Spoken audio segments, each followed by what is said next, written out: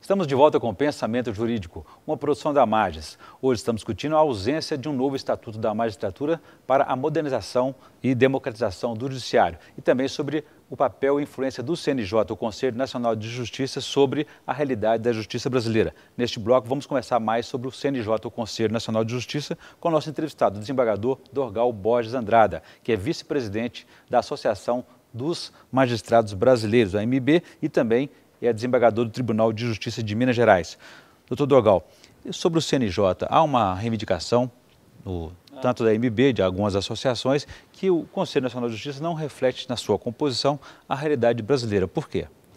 Basicamente, a reclamação, o que se pontua aí, que é quase unânime, é que o CNJ, ele por ser um órgão nacional, pelo próprio nome já disse, e ele tem a missão de planejar, de orientar, de organizar a justiça brasileira, seja ela trabalhista, federal, comum, militar, a justiça estaduais, e aliás com a peculiaridade de 27 estados, que são diferentes modelos de justiça, ele proporcionalmente, ele não diz respeito ao Brasil. Porque o Brasil tem suas regiões norte, sul, né, que nós sabemos, suas regiões, 5 regiões, e pior do que isso, o CNJ, ele não reflete o número não reflete na sua composição o número, a proporção de juízes estaduais, federais e do trabalho. Pelo tamanho da justiça estadual? Pelo tamanho da justiça do trabalho e pelo volume. O volume de seus feitos também. O próprio CNJ diz que, por ano, entra na justiça estadual no Brasil cerca de 13 milhões de processos, por ano. E na justiça da União, todas elas juntas, não conseguem entrar 5 milhões. Então, eles têm um volume de serviço que é menos da metade. E quanto ao número de juízes, nós, na Justiça Estadual, nós temos 13 mil quase, 12 mil. Eles também não chegam a 5 mil.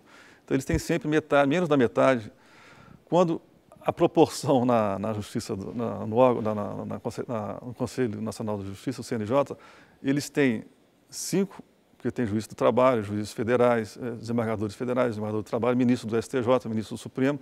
Eles têm muito mais, dos 9 que são magistrados, nós temos só 2. Estaduais. 2 estaduais, um desembargador e um juiz estadual. Quer dizer, em 9 nós temos 2, sendo que nós temos aí 80% do volume de processo, 80% dos juízes esparramados no Brasil.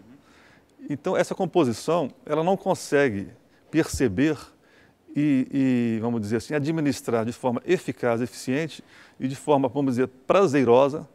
Porque você, para gerir e conseguir resultados, você tem que entender. E esse entendimento está faltando ao CNJ. Esse desequilíbrio, então, afeta o conhecimento da realidade brasileira e, consequentemente, suas decisões. Então, o CNJ quer, muitas vezes, ele vai querer buscar, bem intencionado, impor um ritmo ou impor um planejamento que não vai se verificar na realidade. Exemplos aí mais gritantes. O CNJ não gostaria que alguns estados tenham determinados cargos de assessoramento. Mas acontece que o cargo é criado por lei estadual. E a Assembleia Legislativa, que vota o cargo, que cria o cargo, a Assembleia Legislativa, ela não se subordina ao CNJ. Então não há como o CNJ querer que no tribunal não exista determinado cargo, se quem faz o cargo, vamos dizer assim, quem cria o cargo, é a Assembleia Legislativa. Ou seja, além de interferir nos tribunais, também interfere no Não, está querendo Estado, agora interferir na administração do Estado. No poder público estadual. Porque uma lei que cria um cargo tem que ter sanção do Executivo Estadual, do governador, e aprovação pela Assembleia. Quer dizer, isso é uma falta de visão da realidade mínima, a falta até de conhecimento jurídico. Você querer que um Estado tenha ou não maneiras de legislar de acordo com o que o CNJ deseja. Então, isso não vai acontecer, fica uma vontade inócua, né, do CNJ. Muito bem. Nós voltaremos a esse assunto. Eu gostaria que, antes disso, o senhor fizesse a indicação de leitura no nosso quadro Pensamento Literário, por favor.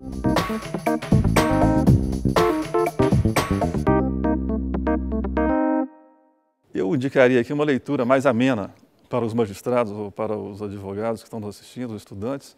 É um livro que, após os 100 anos de Machado de Assis, que é por quase todos tido como o maior romancista brasileiro, é um livro que foi editado pela Letera, associado com o Migalhas, que que chama Doutor Machado. O Machado de Assis, como todo mundo sabe, não era advogado, mas eles fizeram uma retrospectiva de vários trechos e uma visão do Machado de Assis, pincelando momentos em que ele, nos seus escritos, ele parece ser um advogado.